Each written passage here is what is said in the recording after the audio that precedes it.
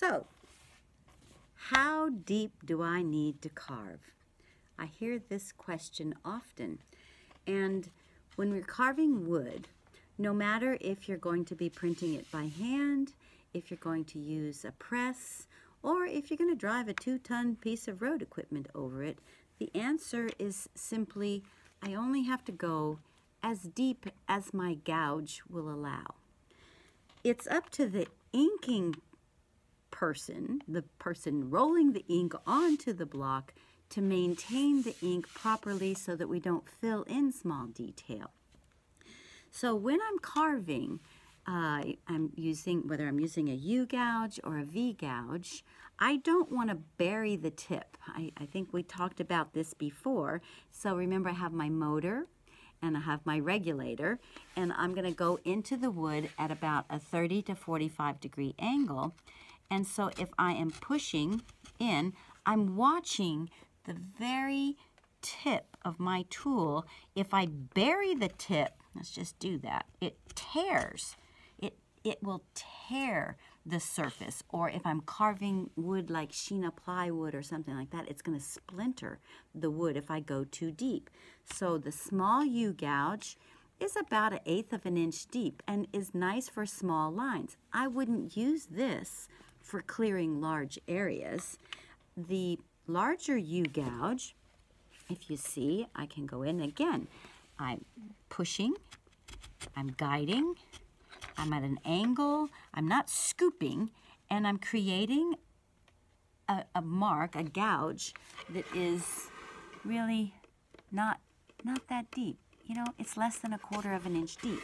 Now, if I were going to be clearing a big, large area, I might want to go a little bit deeper, and I have to take it off in sections. So if I'm carving a large area that's going to be white, I want to make sure that I've got something around that that's going to hold the roller up. I call them dams. So when I'm designing my image, I'm going to have some lines or a shape. I'm carving inside of a shape.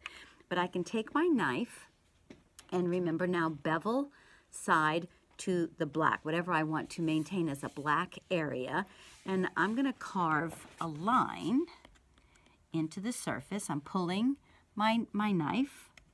I'm not holding it like a pencil. And let's just go back and give that another little, and I'm not going deeper than a 1/16 to an 1/8 of an inch with that.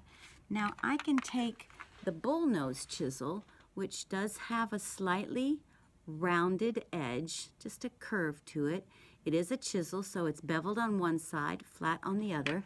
I'm going to use the beveled side down, and I'm going to push toward that line that I just carved with the knife.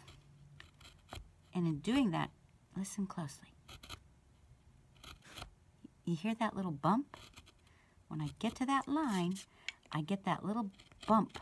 You can feel it, you can hear it, and I'm getting this beautiful, sharp edge to that